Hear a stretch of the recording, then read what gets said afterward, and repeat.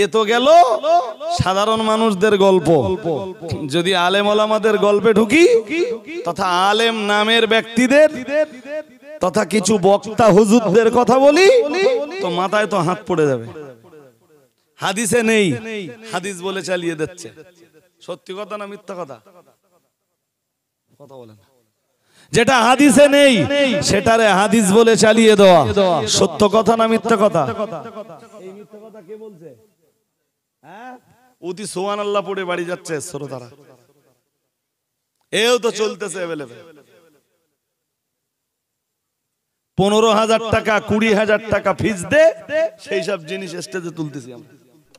ফুল গাছগুলোতে হাজার হাজার পাতা রয়েছে, ওই হাজার লক্ষ কোটি পাতার ভিতরে একটা পাতা ঝরে পড়লে কোন ডালের কোন শাখা থেকে পাতাটা ঝরে পড়েছে এটা আমার আল্লাহর অবগতির ভিতরে রয়েছে।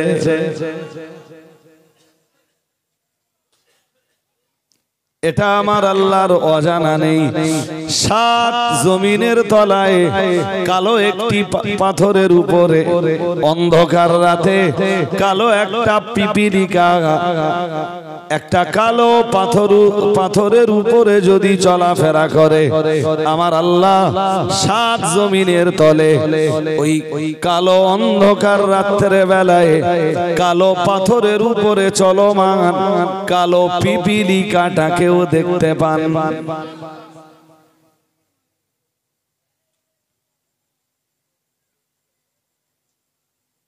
সুতরাং ইবাদত তার জন্য কখনোই নয় যিনি বা যারা আমাদেরকে দেখতে পায় না, কখনোই তারা আমাদের কাছে ইবাদত পাওয়ার যোগ্যতা রাখে না। ইবাদত পাওয়ার যোগ্যতা কেবল তিনি রাখেন যিনি সব সময় আমাদের দেখতে পান। মহান আল্লাহ জানিয়েছেন লা তুদরিকুহুল আবসার। আল্লাহ পাক জানিয়েছেন দুনিয়ার কোন চোখ তাকে দেখতে পায় না। ওহুয়া ইদুরিকুল আবসার, কিন্তু তামাম দুনিয়ার চোখওয়ালা আর চক্ষুহীন সবাইকে তিনি দেখতে পান। তিনি কে?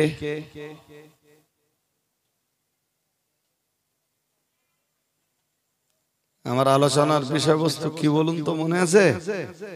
সূরা বানী ইসরাঈলের 15 পারা, সূরা বানী ইসরাঈলের আয়াত নাম্বার 23-এর প্রথম পাঠ। অকদা রব্বুকা, আর এটা তোমার রবের চূড়ান্ত ফয়সালা। কি ফয়সালা? আল্লাহ তা'বুদু ইল্লা ইয়াহু, তোমরা তোমাদের রব ব্যতীত আর কারোর জন্য ইবাদত করবা না। কেন করব না তার ব্যাখ্যা দিচ্ছি।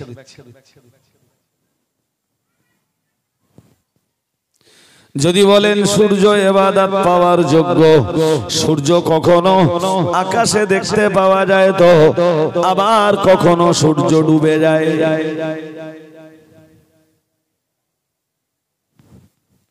চন্দ্রের কখনো উদয় হয়, আবার চন্দ্রকে কোন কোন রাতের আকাশে মোটেই দেখা যায় না।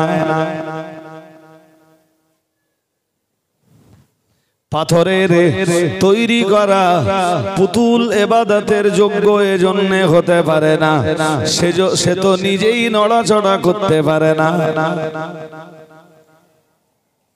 তো আমাদের উপকারটা সে কেমনে করবে?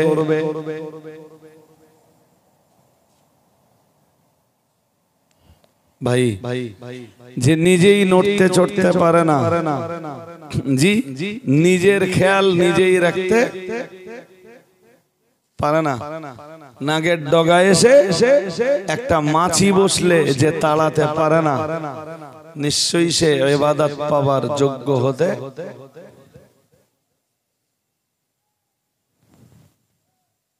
কেন বলছেন আল্লাহ? আরে বাবা, এই যে কথাগুলো বলছি না, এই কথাগুলো আমার নয় বলো। যদি আপনি আরো ডিটেলসে যান, ডিটেলসে গেলে এই কথাগুলোই আমি আবার আপনাদেরকে ইনশাআল্লাহ বুঝিয়ে দিতে পারবো। কোরআনের এক আয়াত রয়েছে, আল্লাহ পাক সূরা হজ্জের ভিতরে জানিয়েছেন, সূরা হজ্জের ৭৩ নম্বর আয়াতে জানিয়েছেন, ইয়া আইয়ুহান নাস দুরিবা মাসালুন ফাসতামিউ লাহু।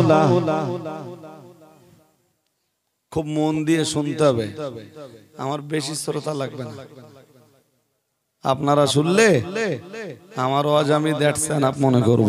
আল্লাহ বলেন, ইয়া আইয়ুহান নাস, হে মানব মণ্ডলী, দুরিবা মাসালুন, মহান আল্লাহ জানিয়েছেন, একটি উদাহরণ পেশ করা হয়েছে।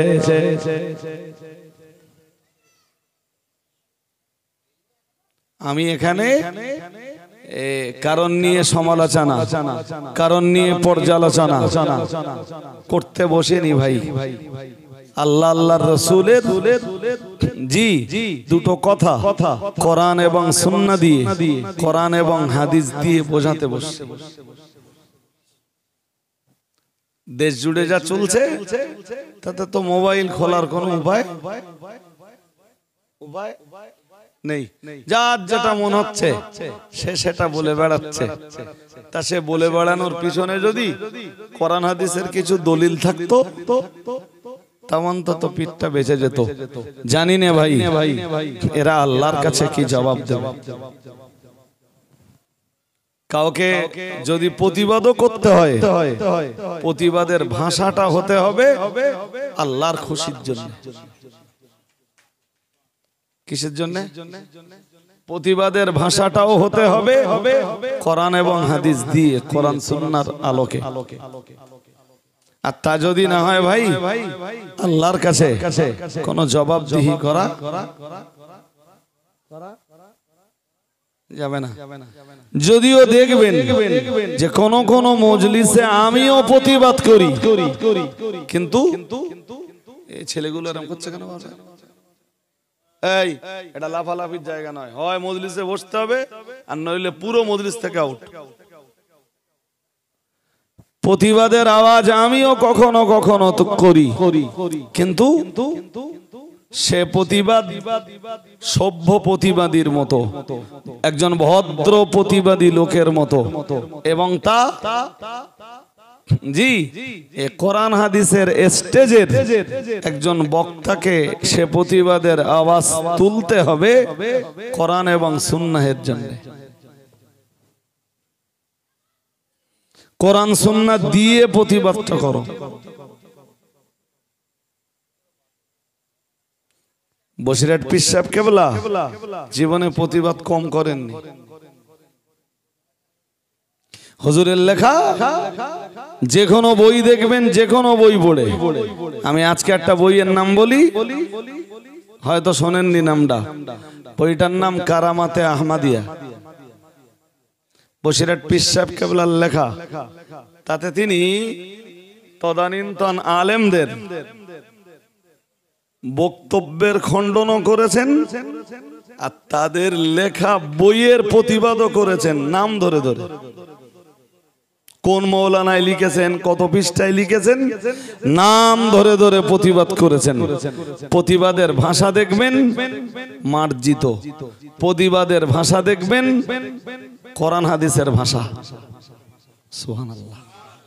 এ থেকে এই শিক্ষাটা পাওয়া যায় যে প্রতিবাদ করবার অনুমতি আছে, ভাষা হতে হবে কি মার্জিত, সাবলীল ভাষা হতে হবে, প্রতিবাদের ভাষাটা হতে হবে কোরআন সুন্নাহের ভাষা।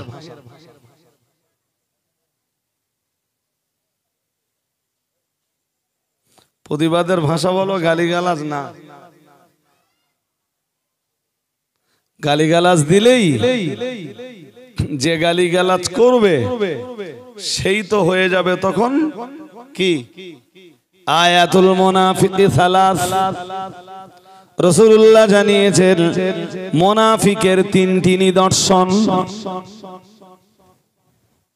খুব মন দিয়ে শুনুন, বুখারী শরীফের হাদিসে এসেছে মুনাফিকের তিনটি নমুনা। এক নম্বর নমুনা, ইযা হাদ্দাসা কাযাবা, মুনাফিক কথা বললে মিথ্যা বলে। নাউযুবিল্লাহ, জোর করে বলেন।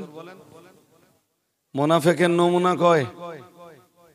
আপনাদের বলতে হবে, বলুন। তিনটি। মুখস্থ তো করতে হবে, আরবিটা নাই পারেন, বাংলাটা মুখস্থ করুন। মুনাফিকের প্রথম নমুনা, ইযা হাদ্দাসা কাযাবা, কথা বললে মিথ্যা বলে।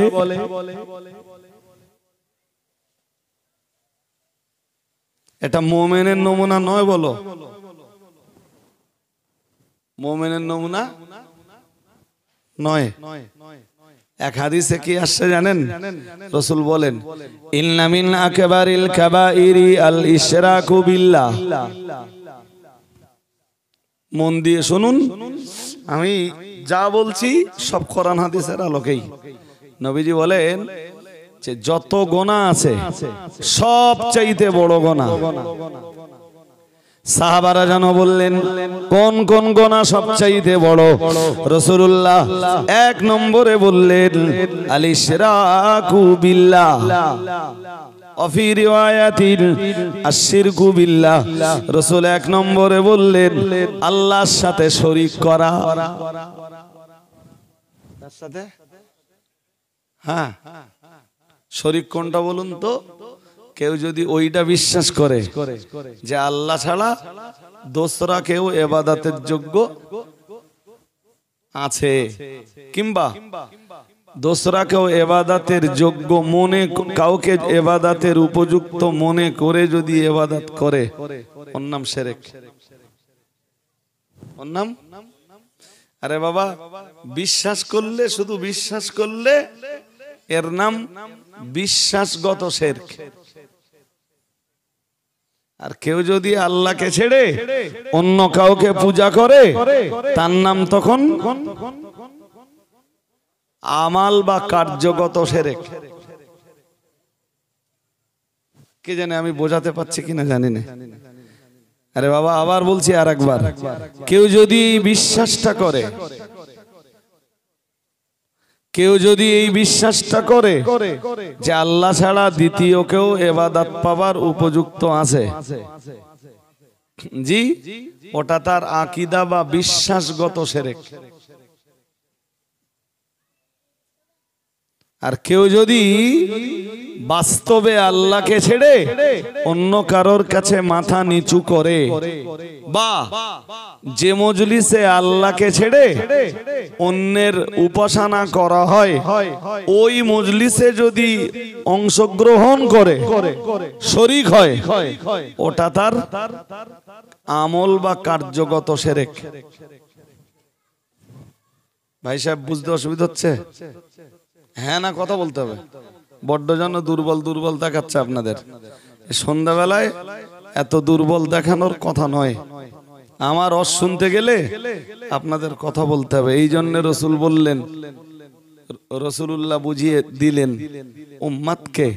কিরকম বোঝালেন? যে আকাশের নিচে, জমিনের উপর বড় বড় যত গুনাহ আছে, বড়র বড়, সবচেয়ে বড় আশিরকু বিল্লাহ। কার সাথে শিরক করা?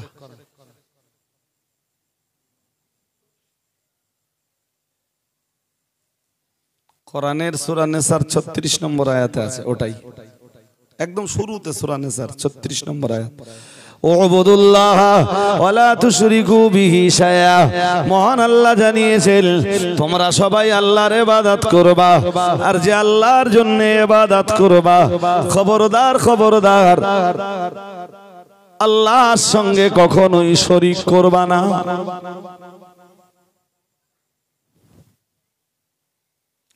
আমরা জানো বললাম আল্লাহ কেন শিরক করলে আপনি কি নাখোশ হয়ে যাবেন? মহান আল্লাহ বললেন, ও বান্দা বান্দিরা শোনো, শিরক করলে আমি নাখোশ হয়ে যাব। শুধু তাই না, আমি আল্লাহ পাক রব্বুল আলামিন বলছি, ইন্নাল্লাহা লা ইয়াগফিরু আইয়ুশরাকা বিহি।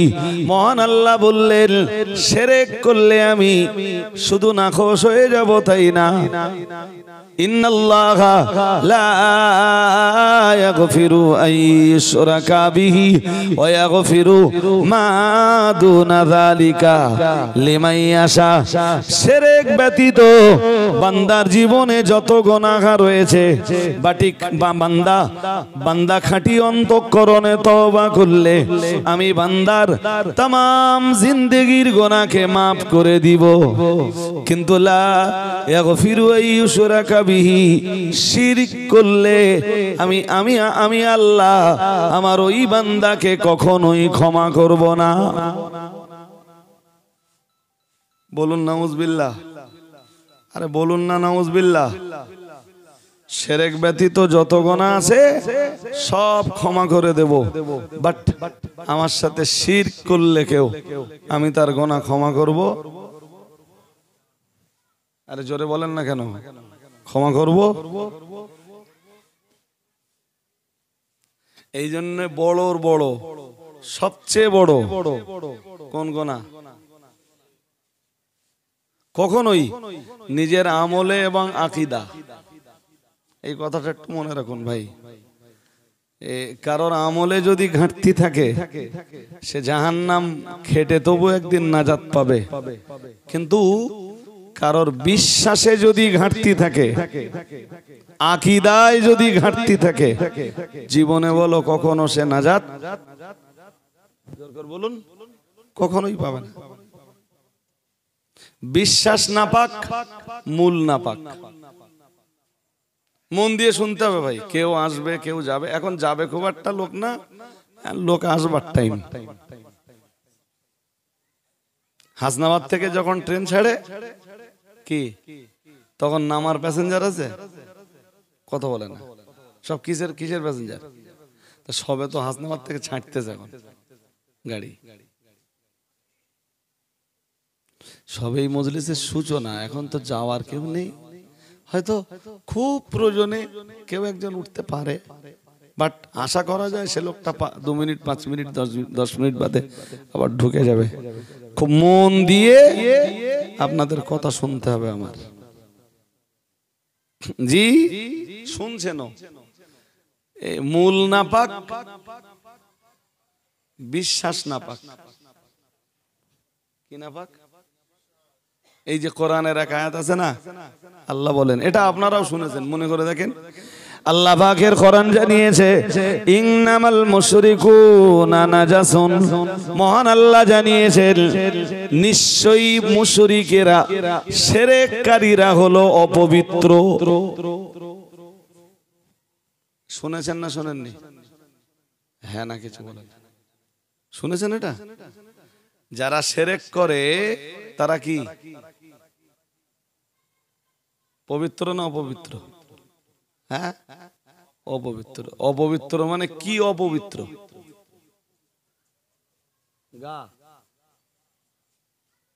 আমার কথা বোঝাতে পারিনি। মুশরিকের দেহ অপবিত্র, এইটা বলেছেন আল্লাহ। যদি বলেন হুজুর হ্যাঁ শরীর অপবিত্র, তাহলে চাঁপাপুকুর থেকে যখন চাঁপাপুকুর স্টেশন থেকে যখন ট্রেনে উঠবেন, কোন মুশরিকের পাশে যদি বসেন তাহলে আপনার জামা কাপড় কথা বলে। মুশরিক কি ভুলে গেছেন? মুশরিক কি পাক না নাপাক? নাপাক তো। তো মুশরিকের কি নাপাক? দেহ।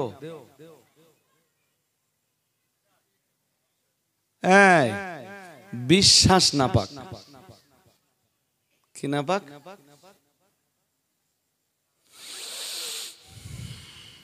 এই কারণে কোরআন পড়ে দেখুন আপনারা। اذهب إلى فرعون إنه طغى فقل هل لك إلى أن تزكى। মন দিয়ে না শুনলে আমার এই কথা বুঝবেন না। এগোছি বাবা, কথা বললে হবে না, একদম নীরব। এই যে বন্ধু দেখতে পাচ্ছ? হ্যাঁ, আল্লাহ পাক যখন মুসা আলাইহিস সালামকে ফিরাউনের কাছে মুসা আলাইহিস সালামকে যখন ফিরাউনের কাছে কালেমার দাওয়াত দিতে পাঠাচ্ছেন, নবী মুসা আলাইহিস সালাম তখন মাদায়েনে জীবনের 10টা বছরের বেশি মুসা আলাইহিস সালামের কেটেছে এই মাদায়েন শহরে। কেন কেটেছে বাকিটা ইতিহাস। সেই ইতিহাস আপন জায়গায় থাক। জি আল্লাহ মুসা আলাইহিস সালামকে এবার বলছেন, মুসা মাদায়েনে তো 10 বছর কেটে গেল তোমার জীবনের, এখন মিশরে কামব্যাক করার সময়, ফিরে যাওয়ার সময়। যাও, ইযহাব ইলা ফিরআউনা ইন্নাহু তাগা। ও মুসা, ফিরআউনের কাছে ফিরে যাও, নিশ্চয়ই সে চরম অবাধ্য। ফিরআউন আল্লাহর বাধ্য না অবাধ্য? আমার সাথে কথা বলুন। ফিরআউন অবাধ্য, শুধু অবাধ্য না চরম অবাধ্য? চরম এক অবাধ্য ফিরআউন। আল্লাহ বললেন ওই চরম অবাধ্য ফিরআউনের কাছে যাও। মুসা নবী যেন বললেন, আল্লাহ ফিরআউনের কাছে যে আমি কি বলবো? আল্লাহ পাক রব্বুল আলামিন বললেন, ও মুসা তুমি ফিরআউনের কাছে যে বলবা, ফাকুল হাল্লাকা ইলা আন তাযাক্কা। ও মুসা তুমি ফিরআউনকে ডাক দিয়ে বলবা, হে ফিরআউন তোমার কি পবিত্র হওয়ার ইচ্ছা আছে? কিসের ইচ্ছা? কোন পবিত্রতা বলুন দিন? এটা গোসল নয়, এটা উযু নয়, এটা কি? কালবের পবিত্রতা। আইমিনা শিরক, শিরক থেকে, শিরক থেকে, জি অংশীবাদিত্ব থেকে অন্তরকে পবিত্র রাখা। এই পবিত্রতা কখন হাসিল হয়? কেউ আত্মিক বিশ্বাসের সাথে যখন জবানে পড়ে, সবাই পড়ুন লা ইলাহা ইল্লাল্লাহ, সবাই পড়ুন, আর একটু আওয়াজ তুলে পড়ুন। অন্তরে বিশ্বাস করুন আর মুখে স্বীকার করুন লা ইলাহা ইল্লাল্লাহ। এটা যখন পড়ে তার অন্তর কি হয়? পবিত্র হয়ে যায়। সুবহানাল্লাহ।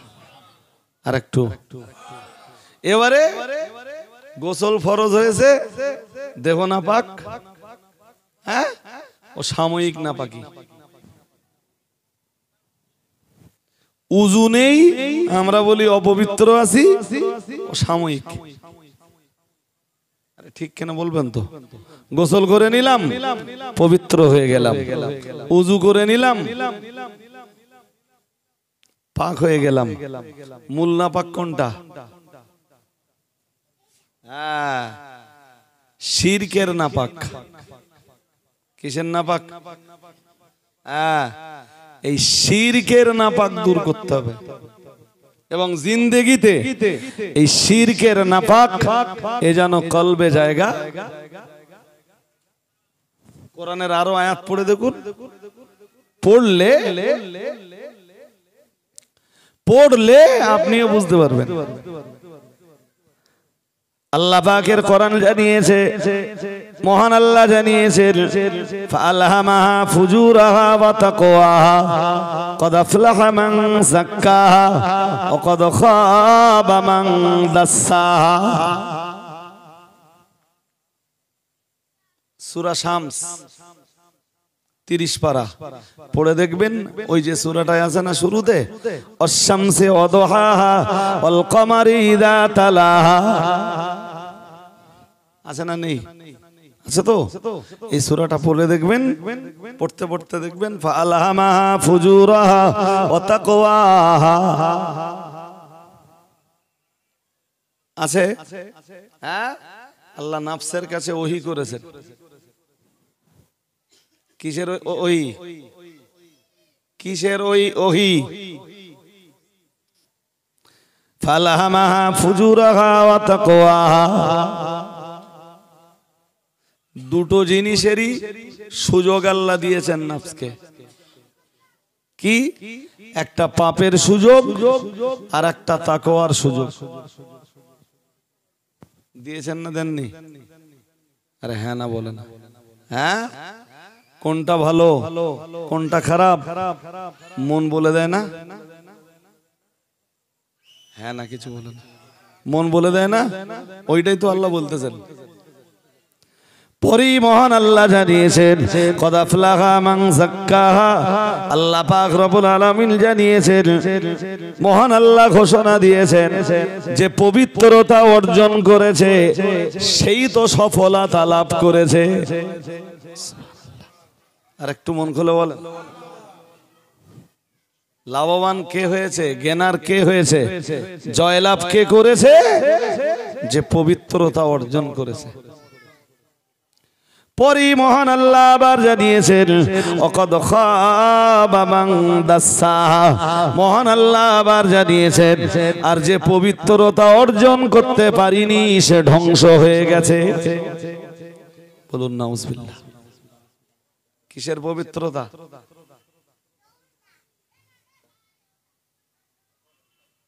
কি থেকে? ফার্স্ট টাইম কি থেকে? শীত থেকে। এবার আমরা পরবর্তীতে ওই আয়াতের ব্যাখ্যা আরো নিতে পারি। কি থেকে? ফার্স্ট টাইম ব্যাখ্যা কি? শিরিক থেকে পবিত্রতা। সেকেন্ড টাইম কি ব্যাখ্যা নিতে পারি? পাপ থেকে পবিত্রতা। ঠিক কিনা বলবেন তো? তোর ফার্স্ট টাইম ব্যাখ্যাই হলো শিরিক থেকে তোমার অন্তর পবিত্র করো, কাল পবিত্র করো। ভাই, লম্বা ব্যাখ্যা দেওয়ার মতো অবকাশ আমার নেই, কিন্তু আমি জানি যে উত্তর দেবীপুর শ্রোতা হিসাবে আপনারা খুব ভালো, আলহামদুলিল্লাহ। কথা পড়লে আপনারা খুব ভালো বুঝতে পারেন। চলুন এবার কামব্যাক করি। এই জন্যে বড় নাপাকি, বলুন সবচেয়ে বড় নাপাকি শিরকের। হাজিরিনে মজলিস মনে রাখুন, ওজন্যই রাসূলুল্লাহ জানিয়েছেন ইন্না মিন আকবারিল কাবাইরি আশ-শিরকু বিল্লাহ আও কামা ক্বালা আলাইহিস সালাম। প্রিয় নবী মুহাম্মদুর রাসূলুল্লাহ সাল্লাল্লাহু আলাইহি ওয়াসাল্লাম নবী আমার জানিয়ে দিয়েছেন, আকাশের নিচে জমিনের উপরে যত বড় বড় গুনাহ রয়েছে, বড়র বড় সবচেয়ে বড় গুনাহ হলো আমার আল্লাহর সঙ্গে শরীক করা, আমার আল্লাহর সঙ্গে শিরক করা। ও বাবাজিরা ভাইরা, সাহাবারা যেন জিজ্ঞেস করলেন, তারপর রাসূলুল্লাহ জবাব দিলেন কতলুন নাফস।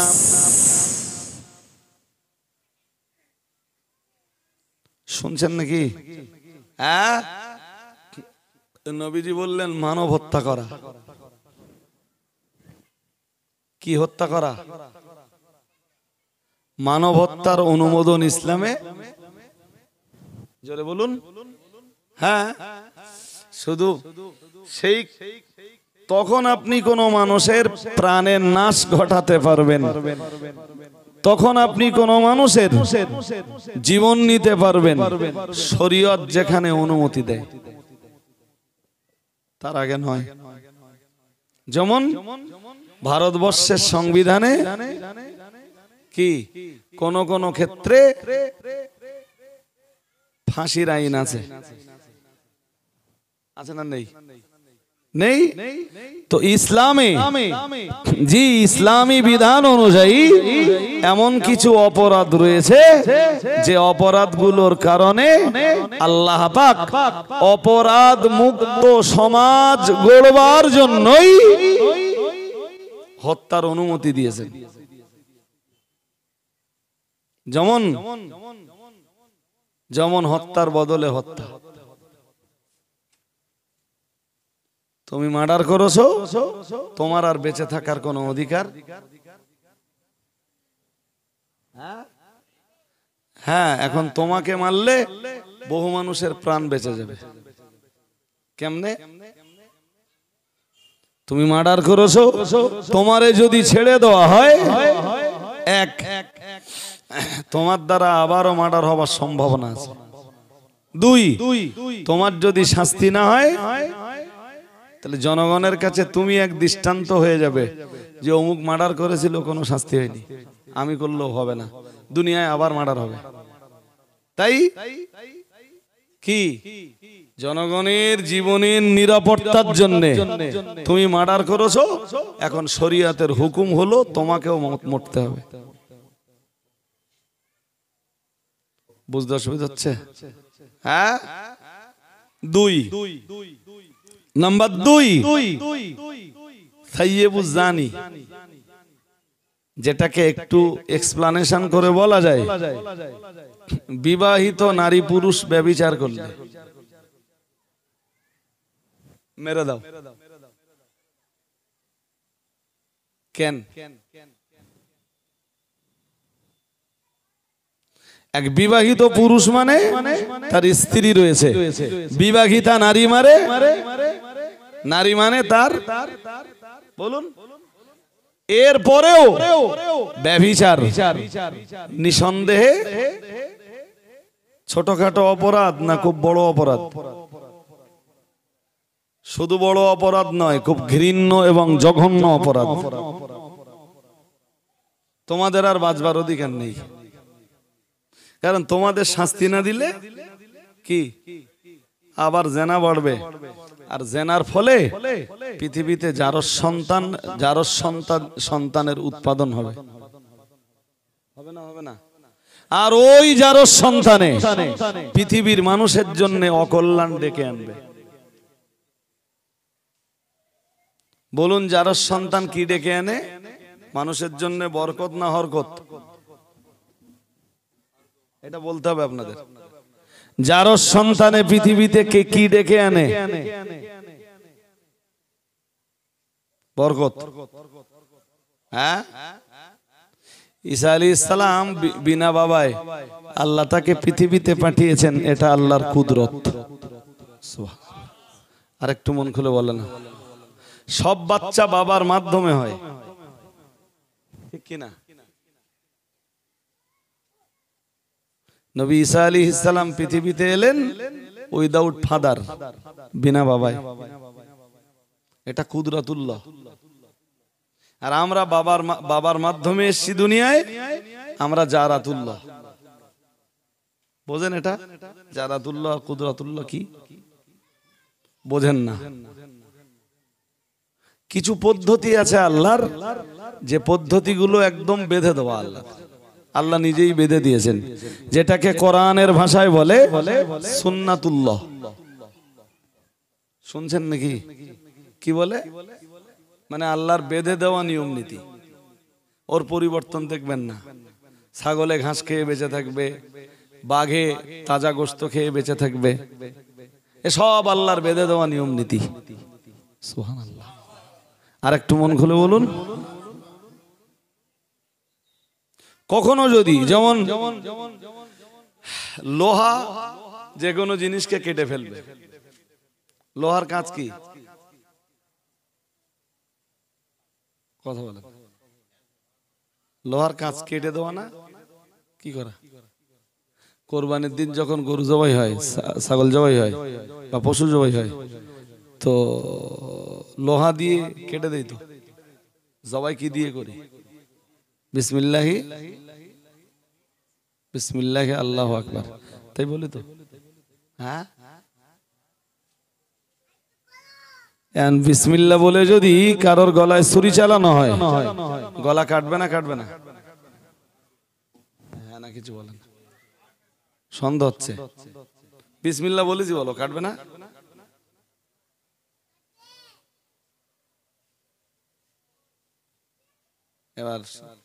এবার ধন্দে পড়ে গেছে কেউ কেউ, তাই তো হুজুর বিসমিল্লাহ বলতে। আরে কোরবানির দিন যত পশু জবাই হয়, সব পশু জবাই করার আগে কি বলে? বিসমিল্লাহি। তারপরেও তো কেটে যাচ্ছে কেন? লোহার কাজই আল্লাহ দিয়েছেন কি করা? হ্যাঁ, কেটে দেওয়া। সুতরাং ও আল্লাহর বেঁধে দেওয়া নিয়ম নীতি। আপনি বিসমিল্লাহ বললে কখনো যদি না কাটে তখন ভাববেন ওটা কুদরাতুল্লাহ। বুঝতে পারেন? লোহা যে কোনো কিছু কেটে দেবে, এটা জারাতুল্লাহ, আল্লাহর বেঁধে দেওয়া নিয়ম নীতি। আর যখন না কাটবে, যেমন ইসমাইল আলাইহিস সালাম তার গলায় ছুরি চালাচ্ছেন নবী ইব্রাহিম আলাইহিস সালাম, কাটতেছে, ওটা কি কুদরাতুল্লাহ, ওটা কি আল্লাহর কুদরত। বুঝতে হবে। আপনি এই জমিনে লাথি মারেন, যত জোর পারেন লাথি মারেন, জমিন ফাটবে,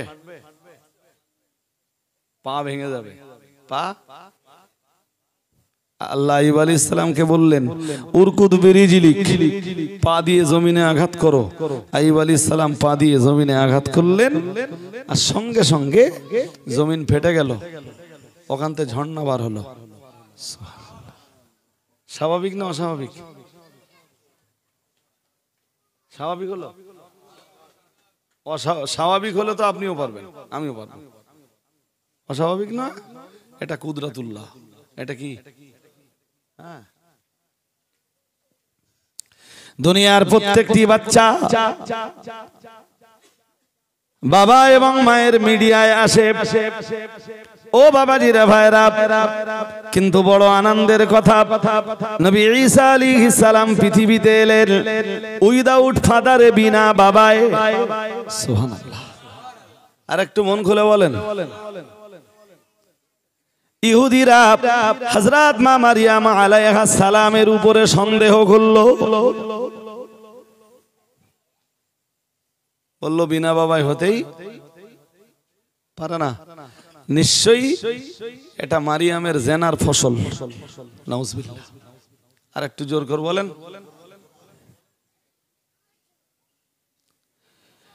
হযরত মা মারিয়াম আলাইহিস সালাম যখন ঈসা নবীকে নিয়ে দেশের মাটিতে ফিরলেন, ইহুদিরা হযরত নবী ঈসা আলাইহিস সালামের জননী মা মারিয়ামকে বেষ্টন করে ফেললো, মা মারিয়ামকে ঘিরে ফেললো, আর তাকে জিজ্ঞেস করলো ইয়া উখতা হারুনা মা কানা আবুকে মুরাসাইল ওয়া মা কানাত উম্মুকে বাগিয়া। সূরা মারিয়াম পড়ে দেখবেন। বলল মারিয়াম তোমার মা ভালো, বাপ ভালো, আর তুমি সেই পরিবারে জন্ম নিয়ে এতটা নোংরামিতে নামতে পারলে। হযরত মা মারিয়াম আলাইহিস সালাম এক বিন্দু বিসর্গ দেরি না করে আল্লাহ পাকের নির্দেশ মতো নিজের ওই বাচ্চাটার দিকে দেখিয়ে দিলেন। এ ব্যাপারে আমায় তোমরা জিজ্ঞাসা না করে ইশারা করে দিলেন নিজের বাচ্চার দিকে। আমার বাচ্চাটাকে জিজ্ঞেস করে দেখো ওই বাচ্চা আমার গর্ভের ভিতরে কেমনে জায়গা পেয়েছে। আল্লাহ পাকের কোরআন জানিয়েছে ফাশারাত ইলাইহি, হযরত মা মারিয়াম তার বাচ্চা, তার সন্তান তথা নবী ঈসা আলাইহিস সালামের দিকে ইঙ্গিত করে দিলেন। ওরা তখন বলল ক্বালু কাইফা নুকাল্লিমু মান কানা ফিল মাহদি সাবিয়া, যে বাচ্চাটা এখনো দোলনাতে দোল খায়, কিংবা যে বাচ্চাটা এখনো তোমায় কোলে এখনো দুগ্ধ পান করে, ওই বাচ্চার সাথে আমরা কেমনে কথোপকথন করব। ও বাবাজিরা ভাইরা, হঠাৎ আমার আল্লাহ নবী ঈসা আলাইহিস সালামের জবানটা খুলে দিলেন। উনি তখন হতে পারে দোলনায়, হতে পারে মায়ের কোলে, ওনার জবান আল্লাহ খুলে দিলেন। নবী ঈসা আলাইহিস সালাম বললেন কালা ইন্নী আবদুল্লাহ। নবী ঈসা আলাইহিস সালাম বললেন আমি নিশ্চয়ই আল্লাহর একজন বান্দা। আর একটু মন খুলে বলেন কার বান্দা আমি?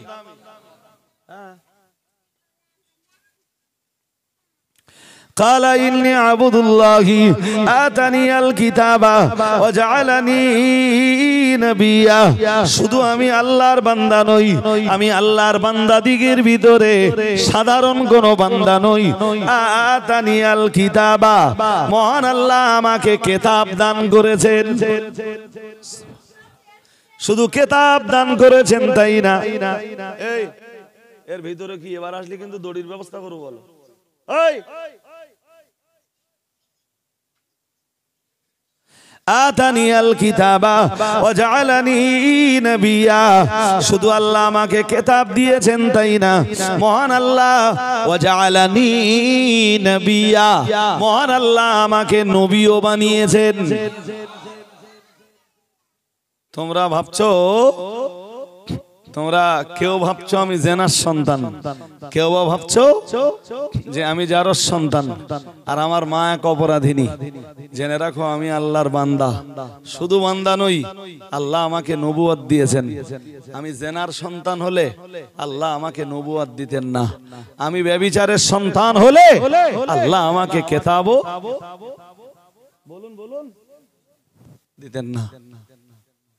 আতানিয়াল কিতাবা ওয়া জাআলানি নবিয়্যা, এরপরে আল্লাহর নবী হযরত ঈসা আলাইহিস সালাম বলেছিলেন ওয়া জাআলানি মুবারাকান, আর আল্লাহ পাক আমায় বানিয়েছেন মুবারক, আমায় বানিয়েছেন বরকতময়। আইনামা কুনতু, আমি যেখানে যাব আল্লাহ পাক সেখানকার মানুষদের জন্য আমার ওসিলায় বরকত নাযিল করবেন। একটু মন খুলে বলেন, এর মানে এটাই, আমি যদি অবৈধ কোন সন্তান হতাম আল্লাহ আমার ওসিলায় বরকত নাযিল।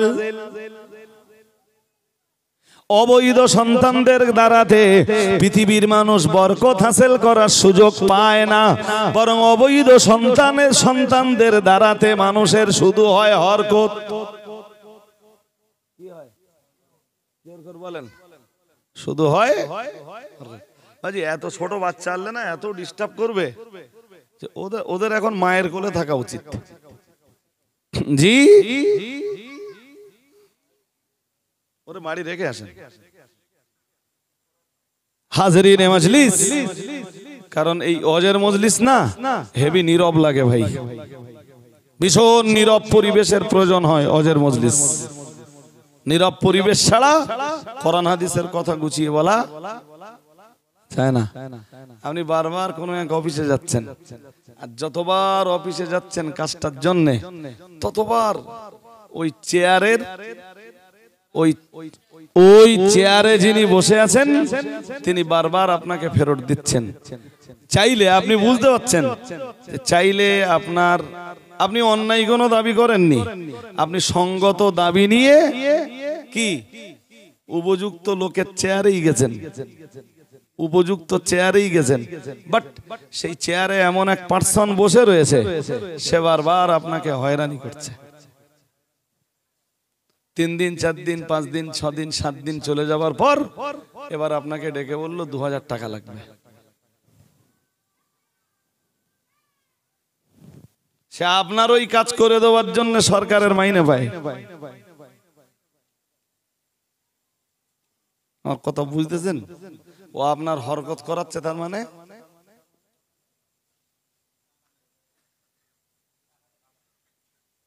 আর টাকা নেবে ওইটা বড় ব্যাপার না, এই হরকতটা করাচ্ছে কেন?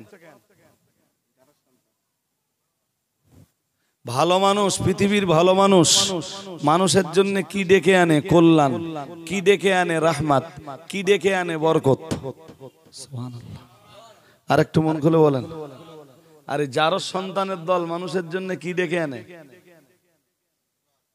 হ্যাঁ, শালা আমার বাপ দাদা 14 পুরুষ সব ভারতবর্ষে বসবাস করে এলো। আরে ঠিক কিনা বলবেন তো? এরপরেও আলাদা করে আঙ্গা এখন নাগরিকত্বের প্রমাণ দিতে হবে। এ বরকত না হরকত? এবার কাগজপত্র নিয়ে দৌড়ো। এ হরকত ডেকে আনে কারা? হ্যাঁ, ভালো লোকে। হ্যাঁ, ওই কারণে জেনা হারাম। জেনা হারাম কেন?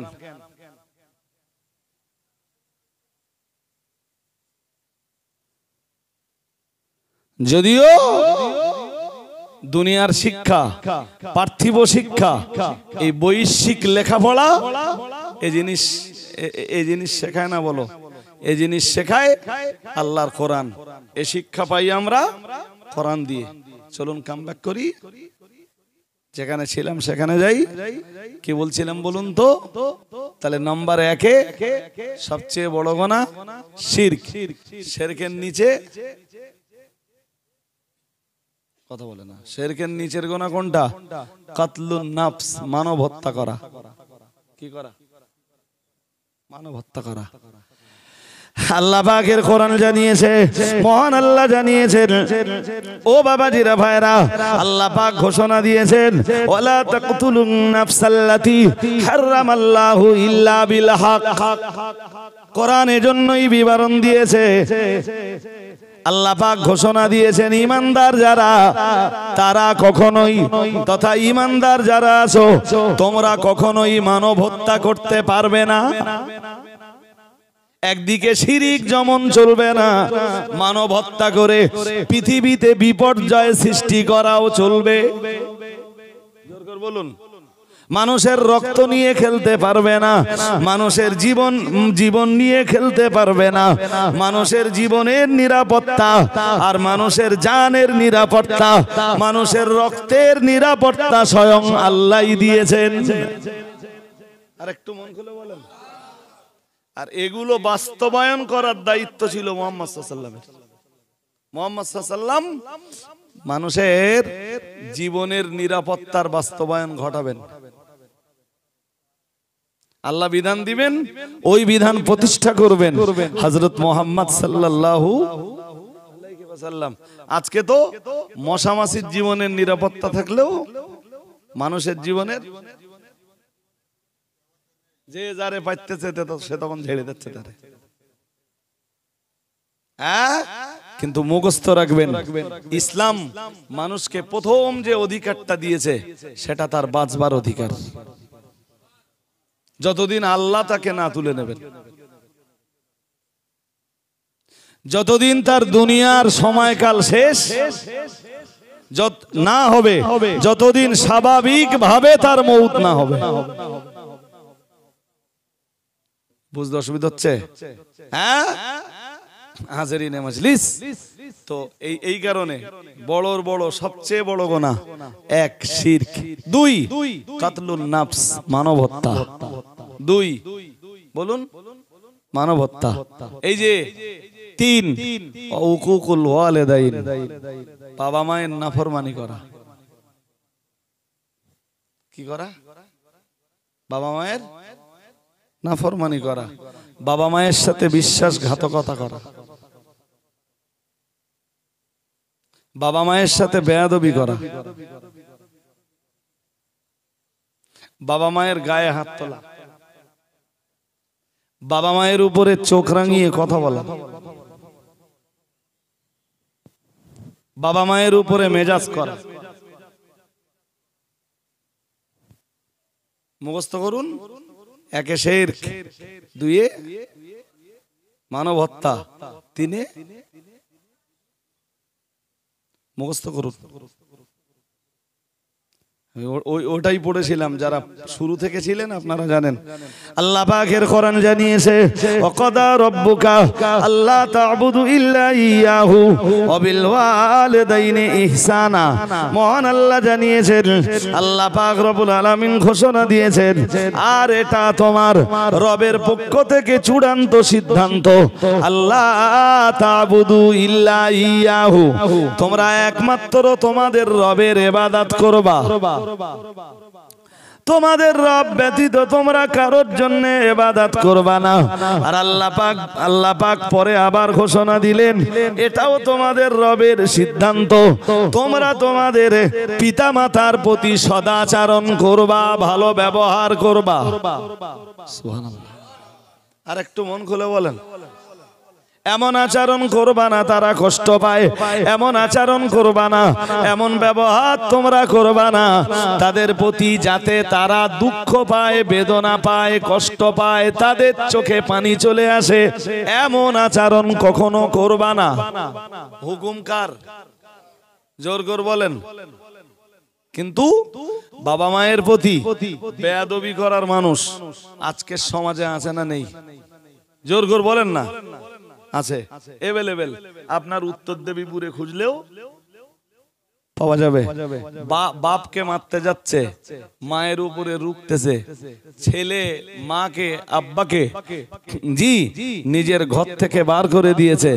এরকম দৃষ্টান্ত আজকের সমাজে, বাপকে মাকে মার্ডার করে দিয়েছে, এরকম দৃষ্টান্ত মাঝে মাঝে খবরের কাগজে। কোথায় আছি ভাই? কোন সমাজে বাস করছি? কোন পৃথিবীতে বাস করছি? হ্যাঁ, যদিও আমি পিতামাতার সেবার উপরে হজ করিনি, কিন্তু মনে রাখবেন পৃথিবীতে সবচাইতে বড় গুনাহ 1 শিরক, 2 মানব হত্যা, 3 বাবা মায়ের নাফরমানি, বাবা মায়ের সাথে বেয়াদবি, বাবা মায়ের সাথে অন্যায় আচরণ, বাবা মায়ের প্রতি চোখ রাঙিয়ে কথা বলা, বাবা মায়ের উপরে মেজাজ করা। 4 এগুলো পরপর বলো, সব পরপর মুখস্থ রাখলে আপনাদের কাজে লাগবে একদিন। 4 নম্বরে হাদিস শরীফ বিবরণ দিয়েছে প্রিয় নবী মুহাম্মদুর রাসূলুল্লাহ সাল্লাল্লাহু আলাইহি ওয়াসাল্লাম জানিয়েছেন কওলুজ জুর, রাসূলুল্লাহ জানিয়েছেন মিথ্যা কথা বলা। কি বলা? সে মিথ্যা কথা বলা যাবে ব্যবসায়, জোর করে বলেন। হ্যাঁ, মাল 20 টাকায় কিনেছিলাম, খরিদ্দার লেগেছে বেগুন 20 টাকা কেনা, ও দাম বলেছে 30 টাকা, খরিদ্দার বলেছে 25 টাকায় হয় না ভাই, বললে 25 টাকায় কেনা নেই আমার। কথা বুঝতে পারেননি? ও যখন কিনেছে কত? 20 টাকা, আর ও যখন বিক্রি করছে খরিদ্দার লেগেছে সেই মালে দাম কত বলেছে? তুই 30 টাকা কেন, তুই 35 টাকা বল, অসুবিধা নেই। তুই এইটা বলবি কেন 25 টাকায় আমার কেনা নেই? অযথা সে বেচারা ভাবতেছে যে এর 25 টাকায় যখন কেনা নেই, অন্তত 2 টাকা ধরে দিই। আচ্ছা ভাই 27 টাকা হবে, যদি হয় তা দাও, গেল সব। উত্তর দেবীপুরের লোকের রজব আলী সাহেবের কথা বুঝতে অসুবিধা হওয়ার কথা নয়। 4 রাসূল বললেন কওলুজ জুর, মিথ্যা কথা বলা। আগের হাদিসটা মনে করতে কোন দিন, এবার অনেক আগে পড়েছিলাম। বুখারী শরীফে সহিহ সনদে বর্ণিত এক হাদিসে নববীতে রয়েছে, আল্লাহ পাকের রাসূল জানিয়েছেন মুনাফিকের 3 নমুনা। আয়াতুল মুনাফিকি সালাস, রাসূলুল্লাহ জানিয়েছেন মুনাফিকের 3 নিদর্শন। কয় নিদর্শন? আরে জোর করে বলো না কেন? 3। 1 নম্বরে ইদা হাদ্দাসা কাযাবা, কথা বললে মিথ্যা বলে। কথা বললে মুমিনে বলে না মিথ্যা মুনাফিকে বলে? হ্যাঁ, ব্যবসার আঙিনায় দাঁড়িয়ে কথা বলছো, ব্যবসার আঙিনায় দাঁড়িয়ে কথা বলছো, যখন মিথ্যা বলছো ভেবে দেখো তুমি মুমিন না মুনাফিক। রাজনৈতিক মঞ্চে দাঁড়িয়ে দাঁড়িয়ে একদম টাটকা টাটকা মিথ্যা কথা বলা লোক এদেশে আছে না নেই? হ্যাঁ, মুসলমান বলো, মুনাফিক তুমি না মুমিন? রাসূলের এই হাদিস দিয়ে বিচার করো। কথা শুনছেন নাকি? এ তো গেল ভাই, এ তো গেল সাধারণ মানুষদের গল্প। যদি আলেম ওলামাদের গল্পে ঢুকি তথা আলেম নামের ব্যক্তিদের তথা কিছু বক্তা হুজুরদের কথা বলি তো মাথায় তো হাত পড়ে যাবে। হাদিসে নেই, হাদিস বলে চালিয়ে দিচ্ছে। সত্যি কথা না মিথ্যা কথা? কথা বলেন। যেটা হাদিসে নেই সেটারে হাদিস বলে চালিয়ে দেওয়া সত্য কথা না মিথ্যা কথা? এই মিথ্যা কথা কে বলছে? হ্যাঁ, অতি সুবহানাল্লাহ পড়ে বাড়ি যাচ্ছে শ্রোতারা, এও তো চলতেছে अवेलेबल। 15,000 টাকা 20,000 টাকা ফিস দে সেই সব জিনিস স্টেজে তুলতেছি আমরা।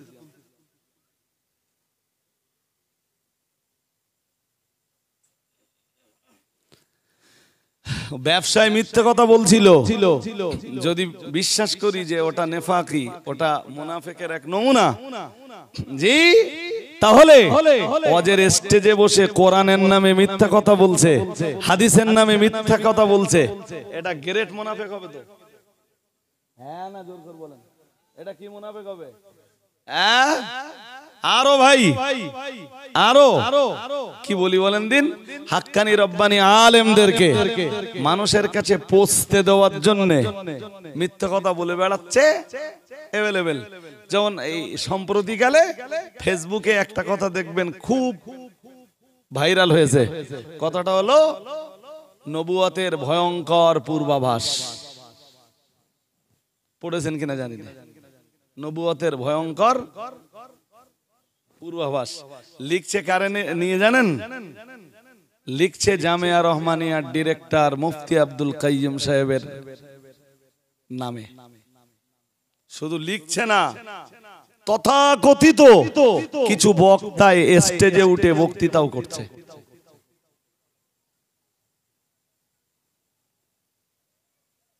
যে এরপরে নবুয়ত দাবু করতে পারে।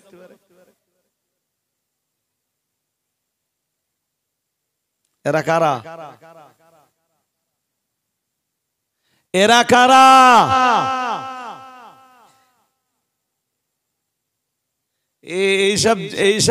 এইসব জিনিসগুলো রে যদি এমনি ধরে বলা হয়, ধরে যদি জিজ্ঞেস করা হয় যে মুহাম্মদ সাল্লাল্লাহু আলাইহি ওয়াসাল্লামকে দিয়ে আল্লাহ নবুয়তের দরজা বন্ধ করে দিয়েছেন, জি, এটা আমরা 100% বিশ্বাস করি না করি না? জোর করে বলেন। তা আমরা তো এটা 100% বিশ্বাস করি ভাই। তা তোমার কাছে একটা দাবি করতেছি, তুমি একটা কাজ করো, মুহাম্মদ সাল্লাল্লাহু আলাইহি ওয়াসাল্লামের পরে আর নবী নাই, এর পক্ষে 5টা হাদিস বলো। সনদ বলতে হবে না, শুধু হাদিসটা বলো। আমার বক্তব্য ওইখানটাতে নয় ভাই। প্রতিবাদ যে কেউ যে কোনো লোকের এগেনস্টে করতে পারে, তার ভাষা হতে হবে এক মার্জিত। 2, ভাষা তার ব্যক্তিগত হলে চলবে না, ভাষা হতে হবে হয় কোরআনের নইলে রাসূলের হাদিসের। শুনছেন নাকি? হ্যাঁ, বক্তব্যের প্রাসঙ্গিকতা আজ মোটামুটি শেষ। পরবর্তী হযরত এসেছেন, তিনি আপনাদের খুবই ক্লোজ এবং খুবই পরিচিত। আপনারা যারা বসেছেন সবাই তাকে চেনেন। আর আমারও ব্যস্ততা তাড়া করছে, কারণ এরা যখন দাউদের জন্য যে ধরে, ততক্ষণে আমার অন্যত্তরে 9টায় টাইম দেওয়া ছিল, জি। তবুও এরা যে খুব পিড়াপিড়ি করায়, আমি বললাম আচ্ছা চেষ্টা করবানি যতক্ষণ থাকা যায়। তো যতক্ষণ সম্ভব ততক্ষণ থেকেছি, বিদায় নিচ্ছি। শেষ কথা, এই যেটা দেখতে পাচ্ছেন হাতে, খাদিজা মাদ্রাসার বাৎসরিক পত্রিকা আর তারগিব 50 টাকা করে বিক্রি করে যে লাভটা হয়, লাভটা মাদ্রাসা পায়। যদি কিনবার মতো 50টা টাকা পকেটে থাকে, তাহলে যাওয়ার সময় অন্তত একটা পত্রিকা আপনারা একটু সংগ্রহ করলে মাদ্রাসা কিছুটা